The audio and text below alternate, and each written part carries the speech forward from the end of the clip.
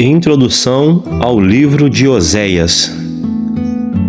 Autor: Oséias, cujo nome significa salvação ou libertação, foi escolhido por Deus para levar sua mensagem ao seu povo através de seu casamento com uma mulher que seria infiel a ele.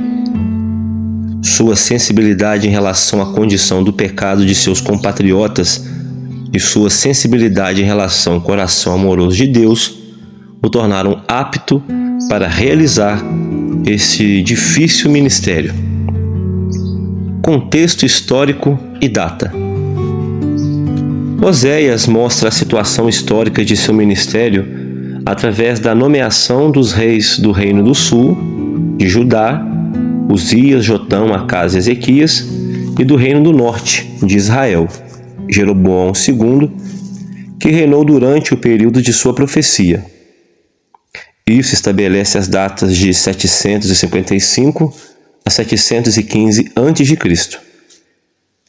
Embora todas as indicações quanto ao sucesso exterior parecessem positivas a Israel, um desastre vindo por baixo estava se aproximando. O povo desse período regozijava-se na paz, abundância e prosperidade, mas a anarquia estava preparando-se e ela levaria o colapso político à nação em alguns poucos anos. Oséias descreve as condições sociais características de seu tempo, a saber, líderes corruptos, vida familiar instável, imoralidade generalizada, ódio entre as classes e a pobreza. Embora as pessoas continuassem uma forma de adoração, a idolatria era mais e mais aceita, e os sacerdotes estavam falhando na tarefa de guiar o povo nos caminhos da justiça. Apesar das trevas deste tempo, Oséias oferece esperança para inspirar seu povo a voltar-se novamente para Deus. Conteúdo: o livro de Oséias é a respeito de um povo que tinha necessidade de ouvir sobre o amor de Deus, de um Deus que queria falar com eles e da maneira singular que Deus escolheu para demonstrar seu amor a seu povo. O povo pensava que o amor poderia ser comprado.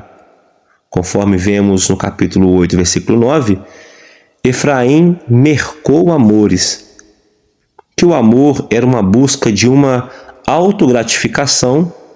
Em 2,5 encontramos: irei atrás de meus amantes que me dão, e que amando objetos sem valor pudesse conseguir benefícios positivos. No capítulo 9, versículo 10 encontramos: se tornaram abomináveis como aquilo que amaram. Deus quis que Israel conhecesse seu amor, um povo que buscou objetos sem valor. Em 11:1 encontramos: quando Israel era menino, eu amei. Foi guiado com uma meiga disciplina, os laços de amor, do capítulo 11, versículo 4, e que persistiu, apesar de o povo correr e da resistência dele.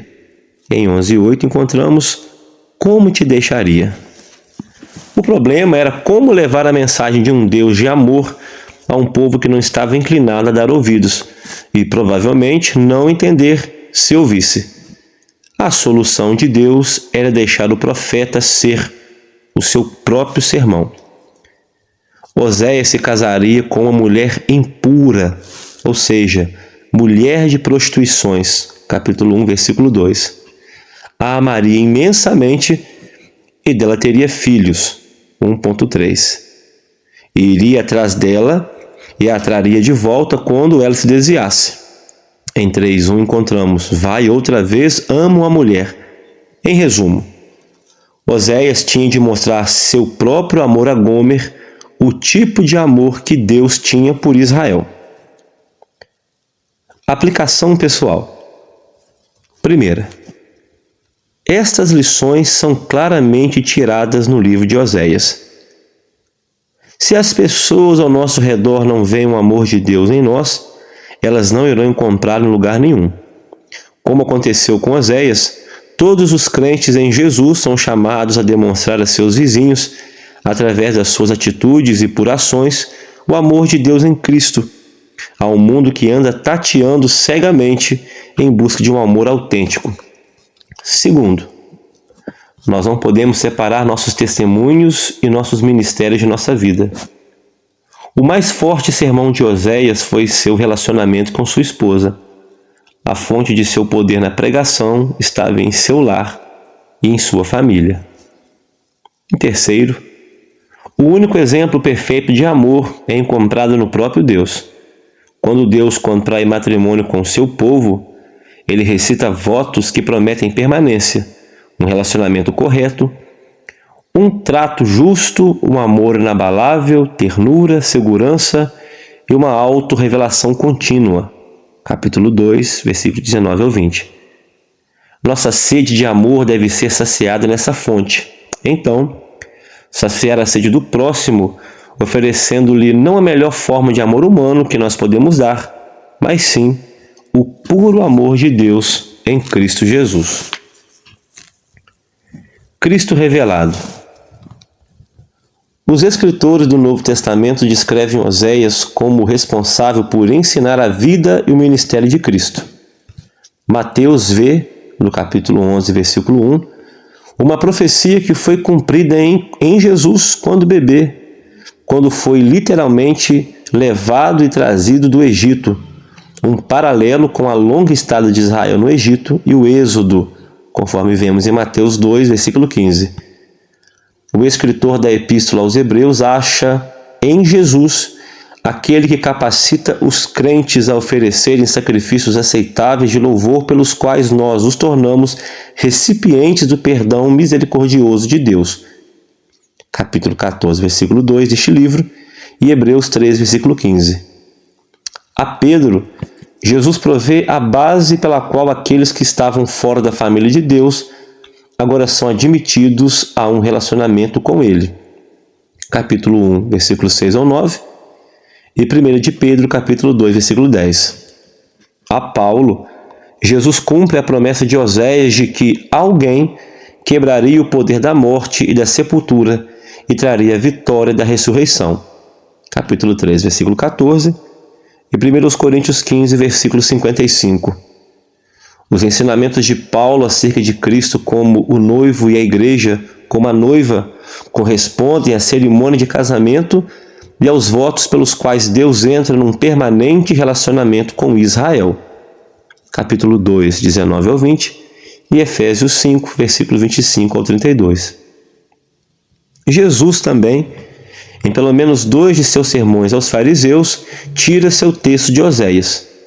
Quando questionado acerca de sua permanência no lar dos pecadores e cobradores de impostos, Jesus cita Oséias para mostrar que Deus não deseja apenas palavras vazias ou rituais desumanos, mas um cuidado genuíno e preocupação com as pessoas. Capítulo 6, versículo 6 e Mateus 9, versículo 13. E quando os fariseus acusam os discípulos de Jesus de violar o sábado, Jesus os defende com o mesmo lembrete de que o coração de Deus coloca o interesse pelas necessidades humanas acima das formalidades religiosas. Mateus 12, versículo 7. O Espírito Santo em ação. O livro de Oséias ensina 2 notáveis lições a respeito do Espírito Santo. Primeira, é importante depender da presença do Espírito. E, segundo, coisas negativas acontecem quando o Espírito está longe de uma vida. Oséias usa 2 vezes a frase espírito de prostituição, 4:12 e 5:4, e conta as consequências de ser preenchido com um espírito impuro. Como Paulo em Efésios, Oséias relaciona tal espírito com vinho, que escraviza o coração. Esse espírito de prostituição também faz as pessoas se desviarem para falsos caminhos e falsas adorações, em contraste com o Espírito Santo, que nos guia para caminhos verdadeiros e para a verdadeira adoração. João registra as palavras de Jesus acerca do ministério do Espírito Santo, que irá testemunhar a Cristo. Por outro lado, o espírito de prostituição abstém as pessoas de conhecerem a Deus. Capítulo 5, versículo 4 e João 15, 26. O amor de Oséias por sua desobediente esposa, nos faz lembrar que o mais importante fruto do Espírito é o amor.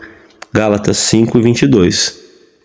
Em Romanos 5:5 encontramos: o amor de Deus é derramado em nosso coração pelo Espírito Santo que nos foi outorgado. Amém.